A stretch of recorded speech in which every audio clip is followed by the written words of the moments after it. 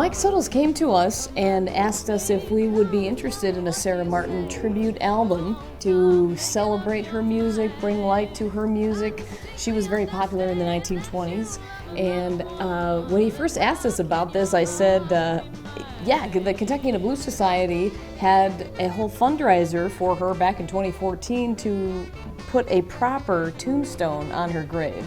I was there for the dedication for it, and it was just so beautiful that all of these people, Maria Muldaur was there and some other artists were there celebrating her music. So when Mike Suttles told us now, years later, that he was interested in a tribute album to her, it was just a natural connection that we had.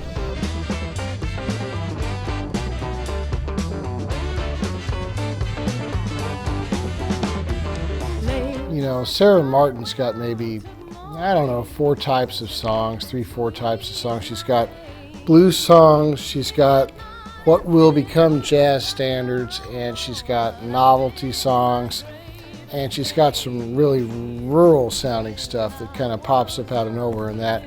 So we kind of listened to all of that. It's probably 100 songs. Just dove into that, and I thought, what can we do? What song speaks to us? And it's also unique in her catalog. All this style and stuff that we were doing on this project I was already familiar with. It's a part of my wheelhouse. It's what I do, you know. So being able to understand that first, and then the history of it, and then just years of experience. I think a lot of times people override horns. You kind of have to treat it like you do percussion, or if you have a drummer that plays too many notes, it sounds like crap, you know, and everything should be centered around the melody. Yeah, there were a lot of songs that I felt that it wouldn't really be appropriate for me to sing.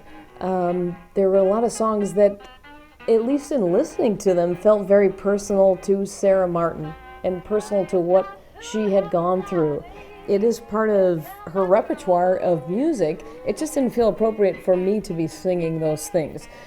Almost every song that we've done, I've made some sort of demo before going to the band. I don't want to waste their time with something that's not going to stick on the wall or whatever, so I try to make something that I'm like, this sounds like us. Let's see what they think. Let's take it past that point. It was a little intimidating at first because there were no drums, and trying to get a handle on how we were going to approach this. I can put a completely modern kind of funk and even rock kind of beat to it. Sara Martin's still there, you know, because most of that comes from Laurie, you know, and she did a lot of work of studying the ins and outs of how Sara Martin sang.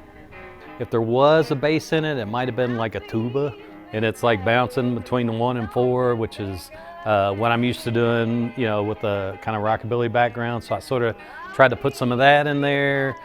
So keep it sort of traditional, but then also bring it into, you know, what we're doing so it would work for how we want to present the tunes kind of going forward or whatever. So there's rhythm in everything, you know, even if it's just a violin concerto, there's still a rhythm in there, you know, with no other percussion. So you kind of pull that out, you find where the rhythm is. The best lessons I ever got in writing horn lessons came from a guy named Fred Wesley, who's Fred Wesley and the J.B. Horns. He wrote all those James Brown horn licks and stuff with him and Maceo Parker, and so understanding how he could take just a couple of notes, but if you put them in the right place and put them in the groove, it really becomes a part of the rhythm section, really. I guess that's the way to put it. It accentuates instead of distracts. it's our job as the rhythm section to make something to kind of make your girl shake her tush a little bit. That's the whole point. That's the whole point of it.